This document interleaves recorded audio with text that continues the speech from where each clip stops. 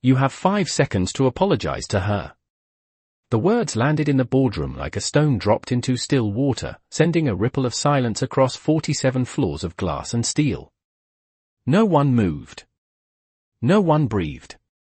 At the far end of the long mahogany table, 12 members of the board of directors stared at the man who had just spoken, trying to decide if they had heard him correctly.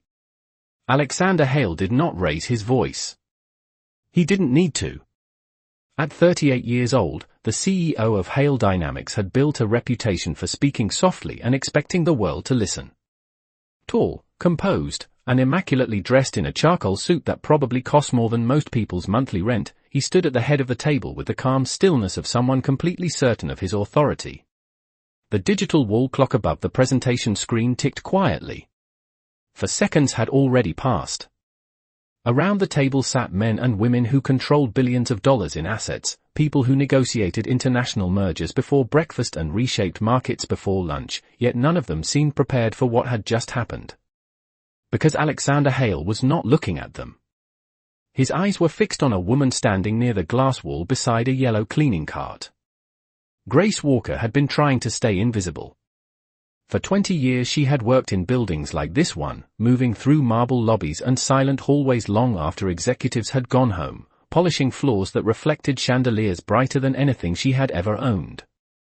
At 52 years old, she had mastered the quiet art of being overlooked. Her grey work uniform was simple, the sleeves rolled neatly to her elbows, a pair of worn cleaning gloves tucked into her pocket. She had stepped into the boardroom only minutes earlier to empty a trash bin, expecting the usual routine: keep your head down, finish quickly, leave without interrupting anyone important. But one careless comment had changed everything. "This meeting is confidential," one director had said sharply, waving his hand toward the door. "Someone should escort the cleaning staff out." Another voice had followed with a laugh that echoed off the polished table. "Honestly, how does someone like her even get access to this floor?" Grace had lowered her eyes, gripping the handle of the cart, preparing to do what she had done countless times before: leave quietly and pretend the words didn't matter. That was the moment the door opened. Alexander Hale had entered the room without a sound, pausing just long enough to hear the final sentence. And now the entire boardroom was frozen around the echo of his command. 3 seconds. 2. A director near the middle of the table shifted in his leather chair, glancing at the others as if waiting for someone else to react first. Another adjusted his cufflinks, forcing a small laugh that quickly faded when Alexander didn't look away from Grace. The silence deepened, heavy enough to feel.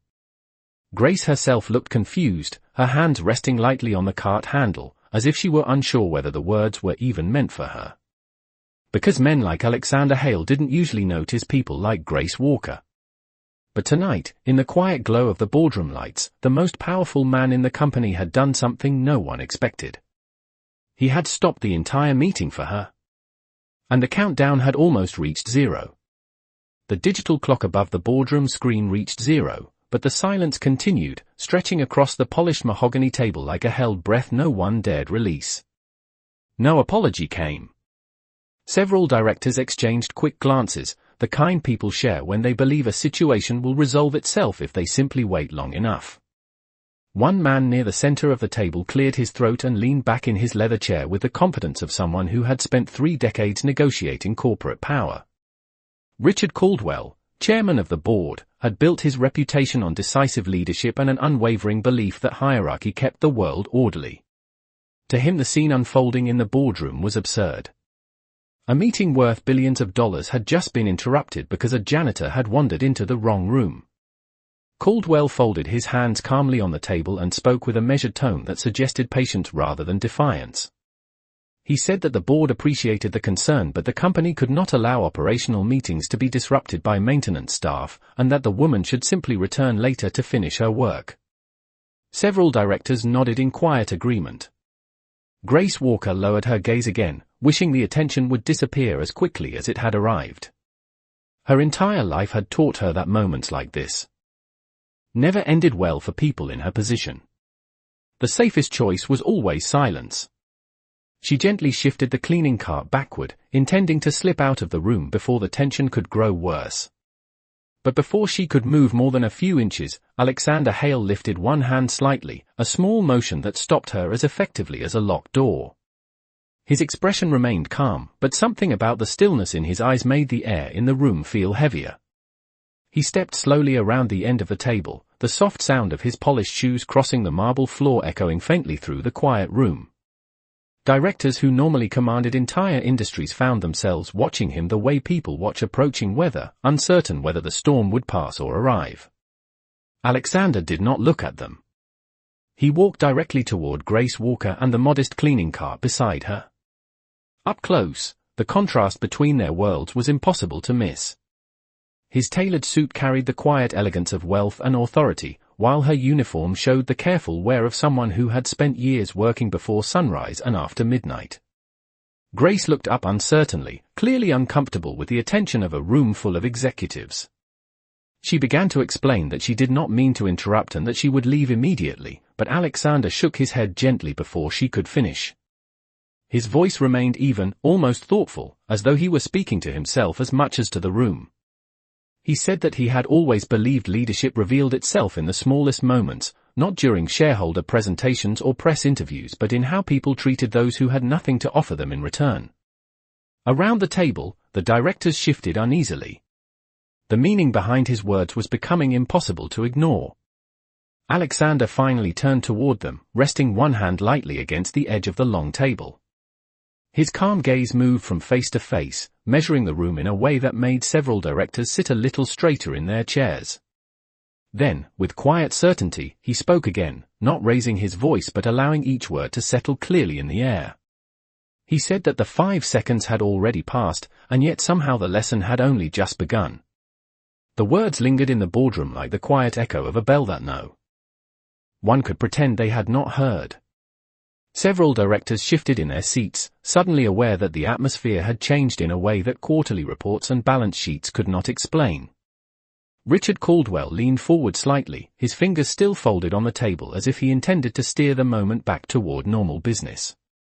He had spent 30 years inside rooms like this one and he believed that every confrontation eventually returned to the same truth: authority followed structure.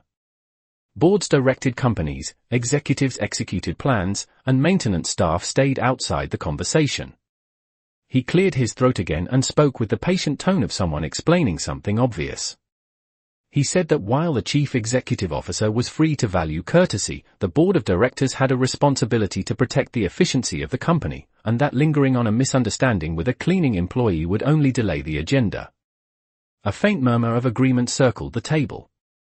Grace Walker stood quietly beside her cart, wishing the polished floor would simply open beneath her so she could disappear. She had worked in this building for 6 years, long enough to recognize the rhythm of corporate life even though she had never been part of it. The executives arrived early in the morning with pressed suits and quick conversations, disappeared into elevators that climbed higher than most people in the city would ever see, and left long after sunset while the cleaning crews began their quiet work. In all those years Grace had learned something simple about places like this. The higher the floor, the less people noticed the ones who kept it clean. She had never expected the chief executive officer to even know her name. Alexander Hale listened without interruption as Caldwell finished speaking. His expression remained composed, almost reflective, as though he were considering a problem far more complex than the words themselves. Then he slowly walked to the head of the table and rested both hands lightly on the polished wood surface. The movement was calm, but the subtle shift in posture carried the unmistakable signal of leadership. One by one the directors fell silent again. Alexander looked down the length of the table before speaking. He said that it was interesting how quickly people defended efficiency when the situation involved someone with less authority. He added that the meeting agenda could wait another minute, because understanding the character of leadership was more valuable than any presentation slide scheduled for the morning. Several directors exchanged uneasy glances. They had expected the chief executive officer to restore order, not challenge the tone of the room. Alexander then turned slightly toward Grace Walker again. His voice softened when he addressed her, asking politely how long she had worked in the building. Grace hesitated, clearly uncomfortable speaking in front of so many executives, but she answered quietly that she had been there 6 years and usually worked the early evening shift cleaning the upper floors after most employees had gone home. Alexander nodded slowly as if the answer confirmed something he already suspected. He then faced the board again, and this time the calm certainty in his voice carried a deeper meaning that no one in the room could ignore.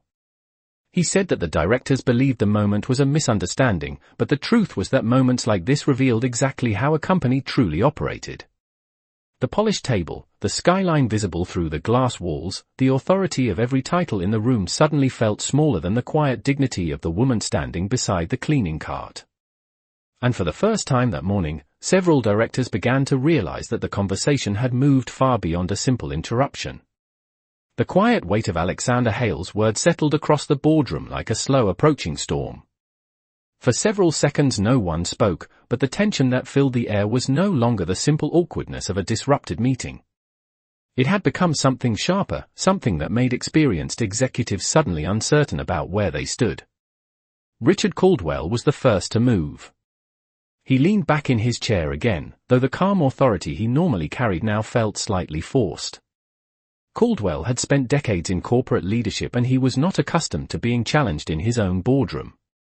He gave a small, polite smile that did not quite reach his eyes and said that while the chief executive officer clearly valued symbolism, the board still had responsibilities that extended beyond philosophical discussions about workplace dignity. He added that the company had investors, schedules, and strategic decisions waiting for attention, and that allowing a cleaning employee to become the focus of a directors' meeting was not a productive use of anyone's time. A few directors nodded again, though this time the agreement came more slowly. The confidence that had filled the room earlier was fading, replaced by an uneasy awareness that Alexander Hale was not finished speaking. Grace Walker remained beside her cleaning cart, her fingers resting lightly on the handle as though it were the only familiar thing in the room. She looked from one face to another, unsure where her eyes should rest. The glass wall behind her revealed the skyline stretching for miles beyond the building, sunlight reflecting off towers that represented the kind of wealth and influence she had only ever seen from the outside. In places like this, people like her usually passed through without leaving any trace. That had always been the rule. Alexander watched the directors quietly for a moment longer. Then he walked slowly along the side of the long table, the subtle rhythm of his footsteps drawing every pair of eyes with him. When he stopped near the center of the room, he rested one hand on the back of an empty chair and spoke again with the same measured calm that had started the entire confrontation. He said that the board seemed convinced this moment was about productivity, but in reality it was about something far more fundamental. He explained that companies often like to speak about values during public events and shareholder letters, yet those values meant very little if they disappeared the moment someone without status entered the room. His gaze moved calmly from director to director. No one interrupted him now. The quiet authority in his voice made that impossible. He continued by saying that leadership was never revealed during prepared speeches or carefully designed presentations. Leadership appeared in unscripted moments, the kind that showed how people treated someone who had no power to challenge them. Around the table several directors shifted uncomfortably, recognizing that the chief executive officer was no longer discussing theory. Alexander then gestured gently toward Grace Walker standing near the glass wall.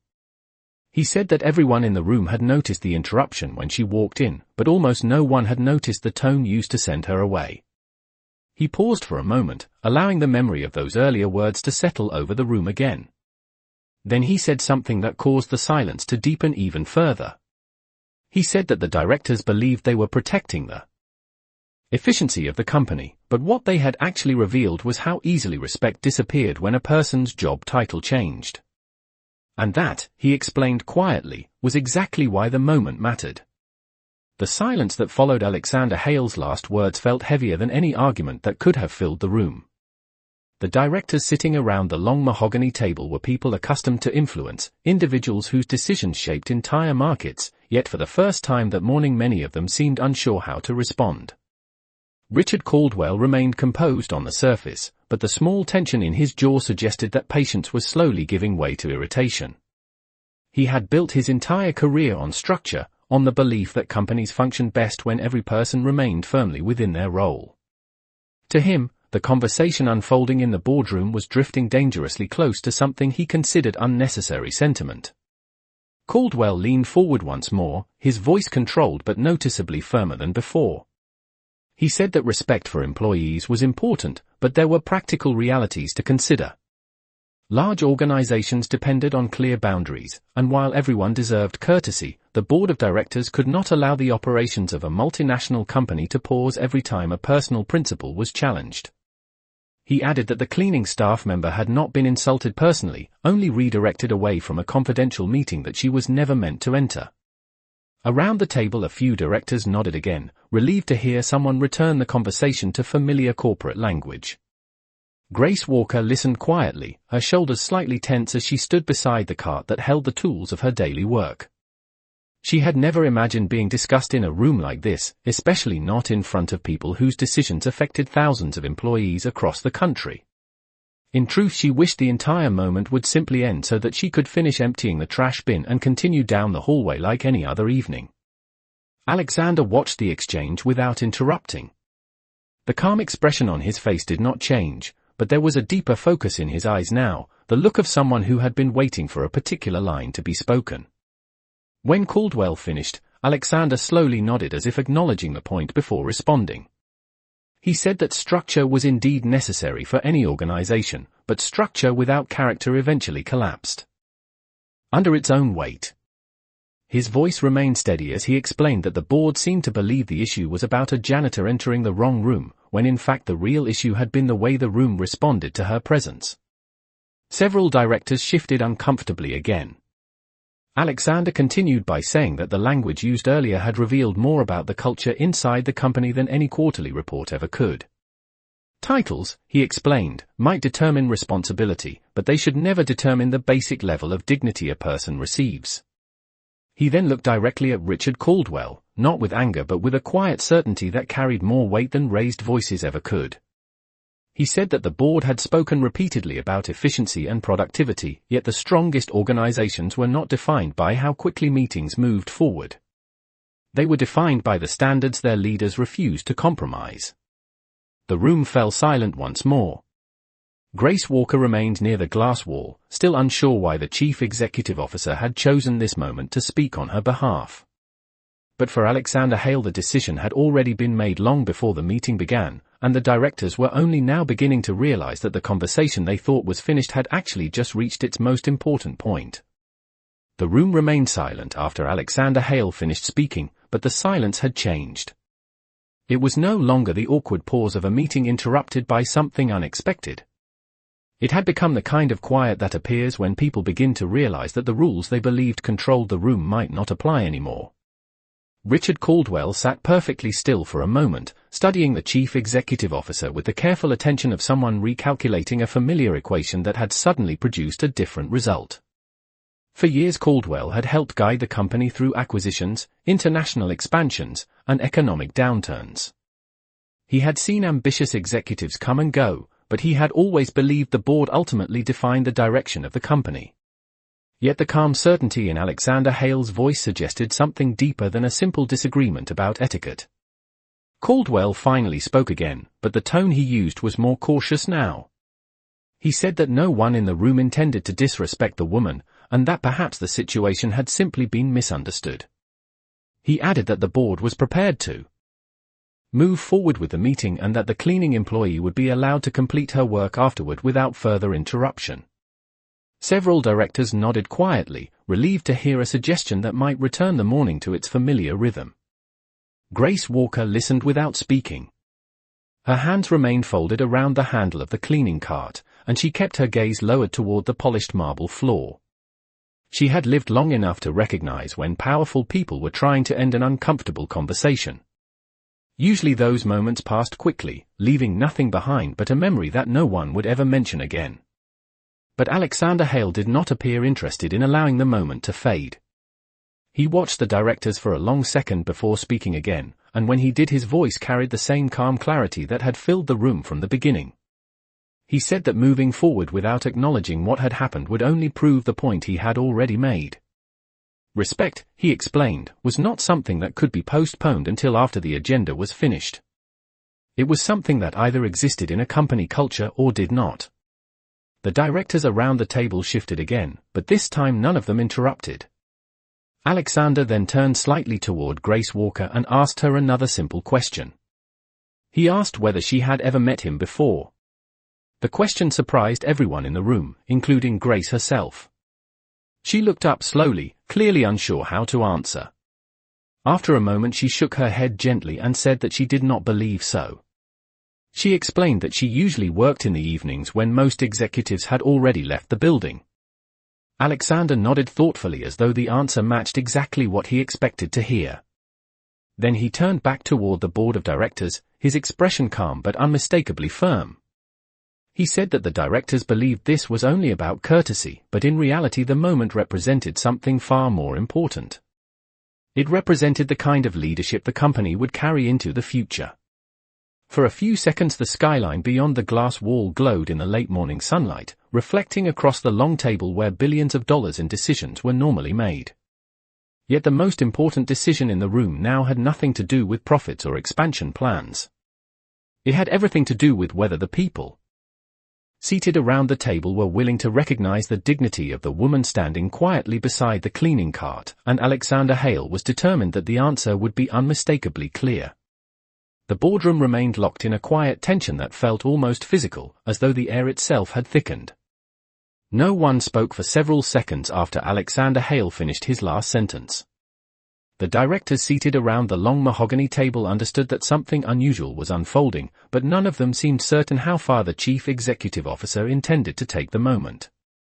Grace Walker still stood beside her cleaning cart near the glass wall, her posture modest and uncertain. She had spent most of her life learning how to pass through places like this without drawing attention. The polished floors, the expensive suits, the confident voices discussing millions of dollars had always belonged to a world far removed from her own.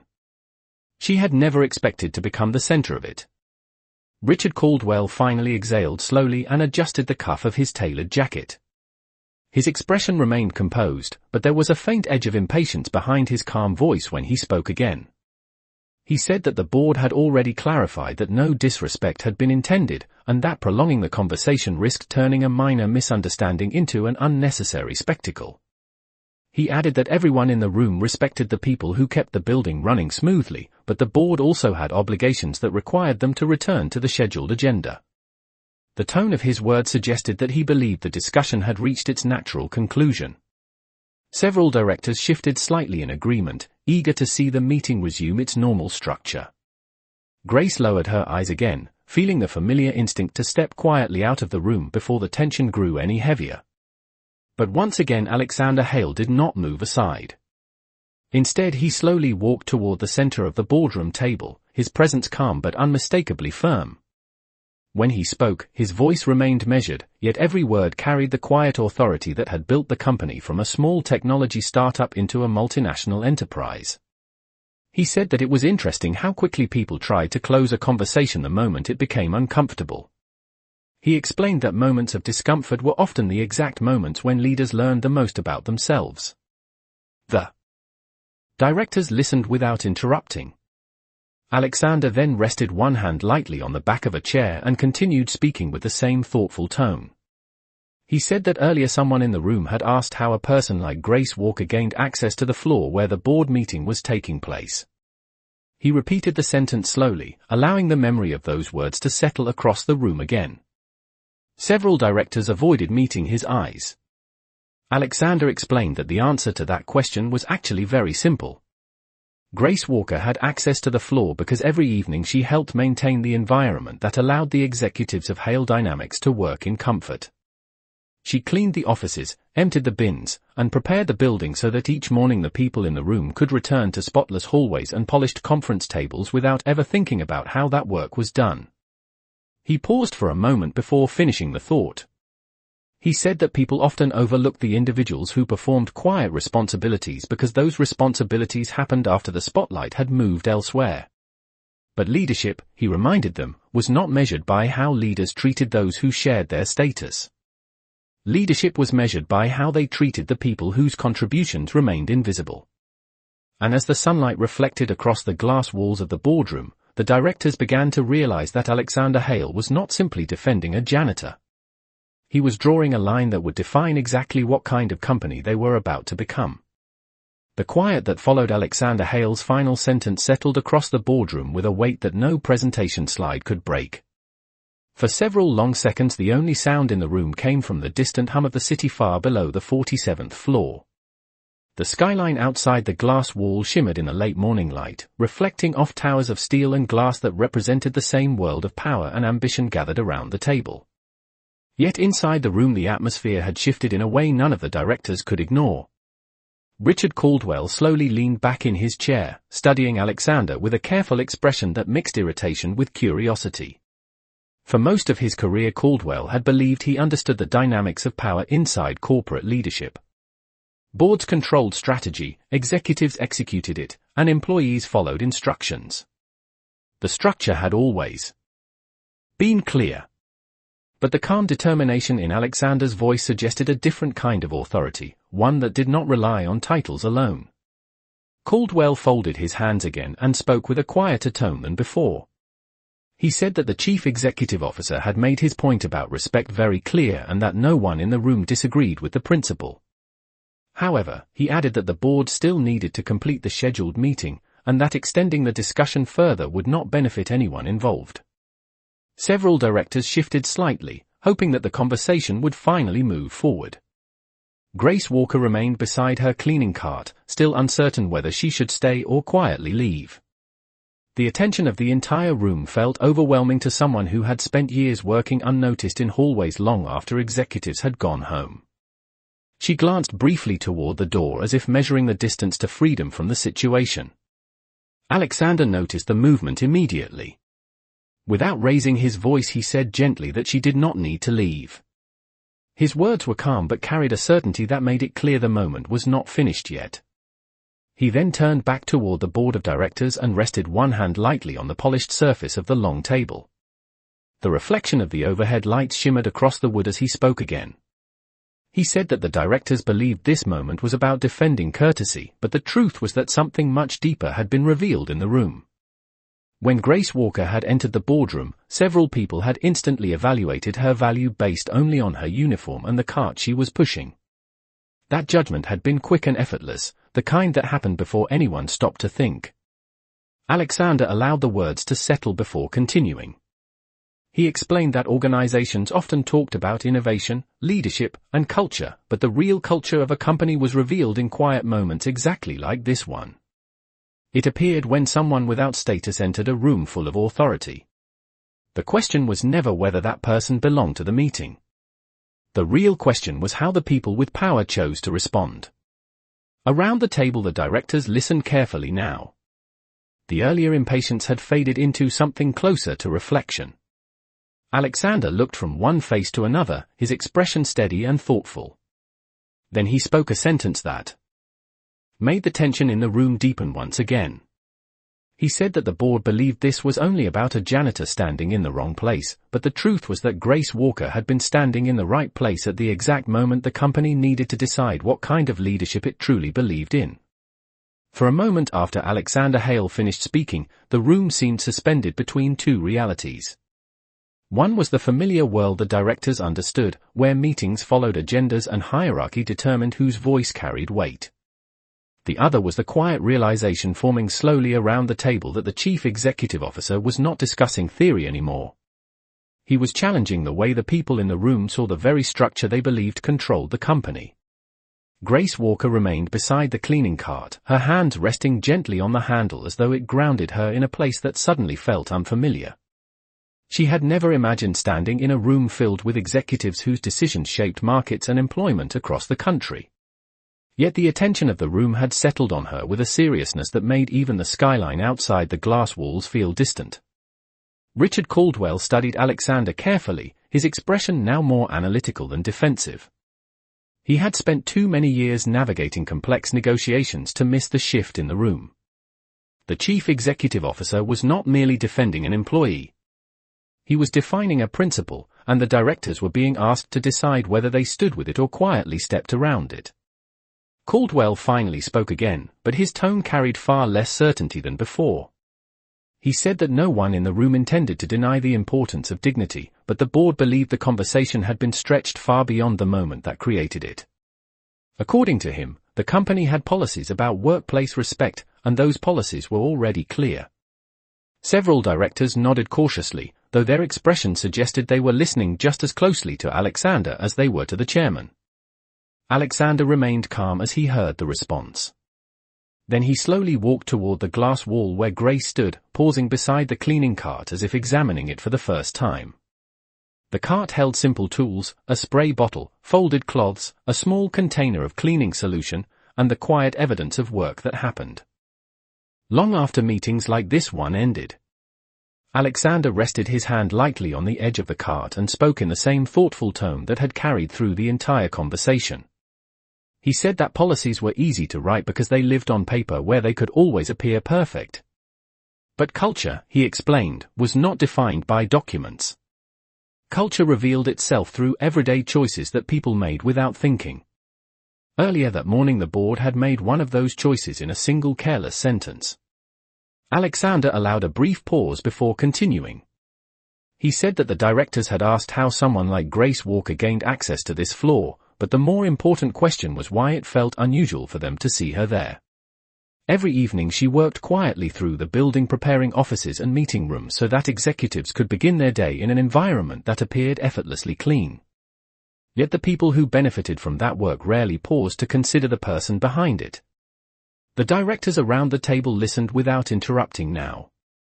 The earlier impatience had disappeared, replaced by the uneasy understanding that the chief executive officer was describing something they could not easily dismiss. Alexander finally turned from the cart and faced the board once again.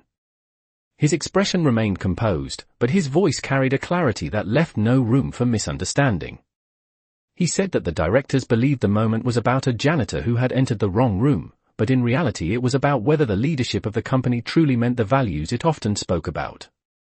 And as the sunlight reflected across the glass walls of the boardroom, the people seated around the table began to realize that the answer to that question would shape far more than the outcome of a single meeting. The quiet tension in the boardroom did not break when Alexander Hale finished speaking. Instead it deepened, settling over the long mahogany table like a realization that no one in the room had expected to face that morning. The skyline outside the glass walls shimmered in the sunlight, but inside the room every eye remained fixed on the chief executive officer standing beside the cleaning cart. Grace Walker still looked uncertain, as if she were waiting for someone to explain how an ordinary shift had led her into the center of a boardroom debate about leadership and values. Richard Caldwell slowly folded his hands again on the table, studying Alexander with the careful focus of someone recognizing that the situation had moved beyond a simple disagreement. For most of his career Caldwell had believed that influence inside a corporation followed a predictable path. Authority began with the board, flowed through the executive team, and reached employees through policy and instruction. Yet the calm certainty in Alexander's voice suggested that another kind of authority was now guiding the conversation. Caldwell finally spoke, his tone measured but noticeably more cautious than earlier. He said that the board did not disagree with the idea that respect mattered in a company culture. In fact, he reminded everyone that Hale Dynamics had always promoted itself as an organization that valued every employee. But he also suggested that the discussion had already made that point clear and that the meeting should now continue so the board could address the strategic decisions scheduled for the morning. Several directors nodded quietly, relieved by the possibility that the moment might finally conclude. Grace lowered her gaze again, feeling the familiar instinct to step quietly away before the attention returned to the agenda. But Alexander Hale remained exactly where he stood. For a few seconds he said nothing at all. Then he slowly walked back toward the head of the table, his calm presence drawing every director's attention with him. When he spoke again, his voice carried the same thoughtful clarity that had defined the conversation from the beginning. He said that the board believed the lesson had already been explained, but the truth was that the most important part had not even begun yet. The directors exchanged uncertain glances.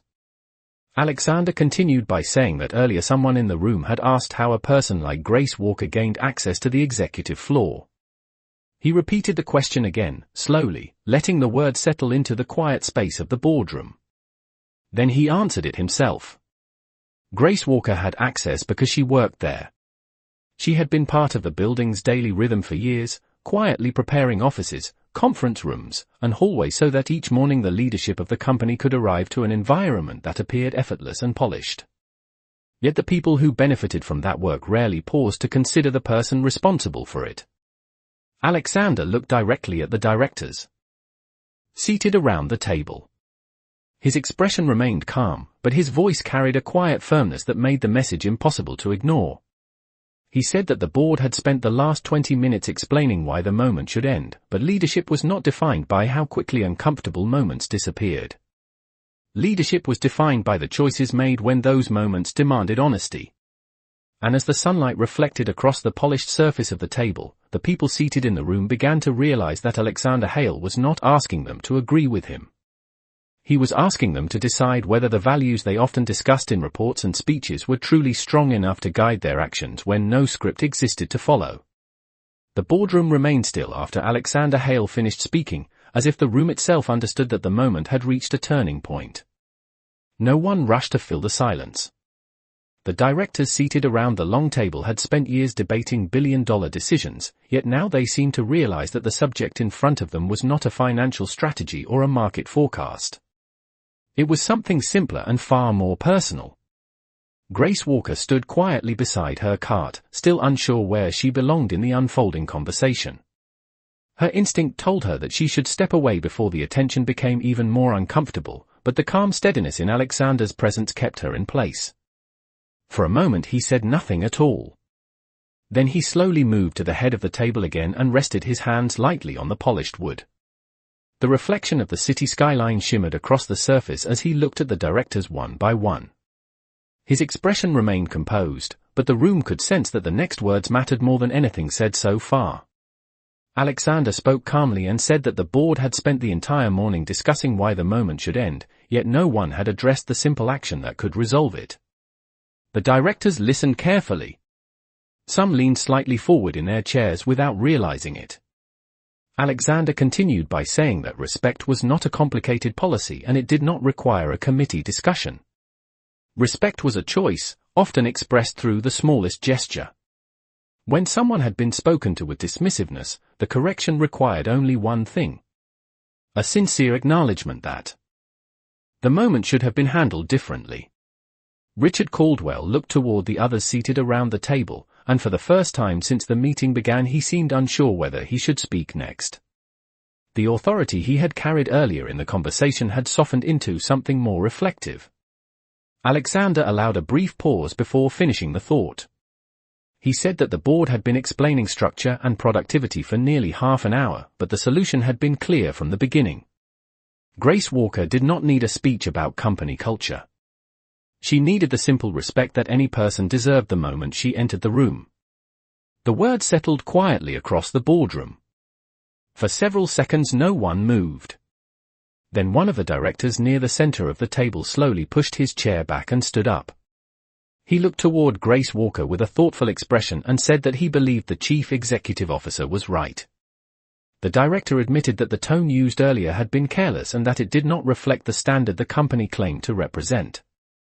A few others began to shift in their seats as the weight of the moment reached them. Richard Caldwell remained seated for a moment longer, watching the room carefully before finally rising as well. When he looked toward Grace, his voice carried none of the authority it had earlier that morning. Instead, it held the quiet humility of someone recognizing that leadership sometimes required admitting a mistake. And as the sunlight continued to fill the glass-walled room high above the city, the people who guided the company realized that the most important decision of the morning had never been about the agenda waiting on the table. It had been about whether they were willing to practice the very respect they often expected from everyone else. The quiet apology from the first director seemed to change the atmosphere of the entire room. It was a simple sentence, spoken without ceremony, yet it carried more weight than the polished presentations that usually filled the boardroom. Grace Walker looked surprised, her hand still resting on the handle of the cleaning cart as though she were uncertain whether the moment was truly real. She had spent most of her life working in places where people with influence rarely paused long enough to notice the people responsible for keeping the environment running smoothly. To hear someone in a position of power acknowledge her presence with respect felt unfamiliar. After the first director spoke, another slowly rose from his chair. His voice was calm but sincere as he admitted that the comment made earlier had been careless and that he should have been more mindful of how his words might sound. One by one the quiet shift continued. The directors who had earlier nodded in agreement with the chairman now found themselves standing as well, offering brief but genuine acknowledgements that the situation should have been handled differently. The atmosphere in the boardroom transformed from tension into reflection. Richard Caldwell remained standing near his chair, watching the exchange unfold. For a man who had spent decades guiding corporate negotiations, it was not easy to admit that the moment had moved beyond his control. Yet the calm presence of Alexander Hale had made something clear to everyone in the room. Leadership was not always about defending authority. Sometimes it was about recognizing when a better standard had been placed in front of you. Caldwell finally looked toward Grace Walker. The tone of his voice was quieter now, stripped of the confident certainty he had carried earlier in the meeting. He said that the comment about her presence on the floor had been unnecessary and that it did not reflect the standard the board expected to represent. Grace nodded slightly, still unsure how to respond to the sudden attention from people whose decisions normally existed far above her daily routine. Alexander Hale watched the scene without interrupting. He had not raised his voice once during the entire conversation, yet the direction of the moment had followed his calm certainty from the beginning. After the final apology was spoken, he slowly stepped forward and rested his hand once again on the back of the chair at the head of the table. His expression softened slightly as he looked toward Grace. He thanked her for the work she had done in the building for years, explaining that the company depended on people whose contributions were often invisible during board meetings and public announcements. Grace listened quietly, clearly moved by the unexpected acknowledgement. Around the table the directors sat down again, but the room no longer felt the same as it had earlier that morning. The polished wood table, the skyline beyond the glass walls, and the quiet hum of the city outside seemed to carry a different meaning now. The meeting that had started as another routine discussion about strategy had become something else entirely. It had reminded everyone present that the character of a company was not shaped only by financial decisions or expansion plans. It was shaped by the everyday respect shown to the people whose work made those ambitions possible. And as the sunlight continued to reflect across the boardroom, the leaders of Hale Dynamics understood that the culture of their company had just been defined by a moment no one in the room would forget. For a long moment after the final apology, the boardroom remained quiet, but it was no longer the tense silence that had filled the room earlier that morning. Instead it carried a sense of reflection, as if everyone present understood that something more meaningful than a routine meeting had just taken place. Grace Walker still stood beside her cleaning cart, though her posture had relaxed slightly. The tension in her shoulders had softened, replaced by a quiet gratitude she struggled to put into words. She had spent years working in the building, moving through hallways and offices after sunset when the conversations of executives had already ended. In all that time she had never expected the leaders of the company to notice her presence, let alone pause an entire meeting to recognize the value of her work. Alexander Hale looked toward her with the same calm respect he had carried since the beginning of the conversation. He thanked her once more for the dedication she had shown over the years, explaining that the strength of any organization depended not only on the decisions made in conference rooms but also on the quiet efforts of people who kept everything running smoothly behind the scenes. Grace nodded gently, clearly moved by the unexpected acknowledgement, before finally guiding the cleaning cart slowly toward the door. The directors watched her leave with thoughtful expressions, aware that the simple moment had left a lasting impression on everyone in the room. When the door closed softly behind her, Alexander returned to the head of the table. The directors resumed their seats, but the energy of the room felt different now. The polished wood of the table, the skyline visible through the glass walls, and the quiet hum of the city outside seemed to carry a reminder of the conversation that had just unfolded. Alexander rested his hands lightly on the table and looked around at the board members who guided the future of Hale Dynamics. His voice remained calm as he spoke again, but this time the words carried the tone of someone concluding a lesson rather than beginning a debate. He said that leadership was rarely defined by the grand moments people prepared for. More often it revealed itself during unexpected situations when no script existed and no audience was watching. Those moments, he explained, were the ones that showed whether the values written in company reports truly existed in everyday actions. The directors listened quietly, each of them aware that the lesson applied to everyone in the room, including the chief executive officer himself. Alexander then gave a small nod, signaling that the meeting could finally move forward. The discussion returned to strategy, numbers, and the future plans of the company, but something important had changed. The board members spoke with a little more patience, listened with a little more care, and carried with them the quiet understanding that the culture of a company was shaped not only by the decisions made in meetings but by the respect shown to every person who contributed to its success. And as the sunlight continued to reflect across the glass walls of the boardroom high above the city, the leaders of Hale Dynamics knew that the most powerful moment of the morning had not come from a presentation or a financial forecast. It had come from a reminder that dignity was not tied to titles, and that true leadership began the moment someone chose to recognize the worth of another human being.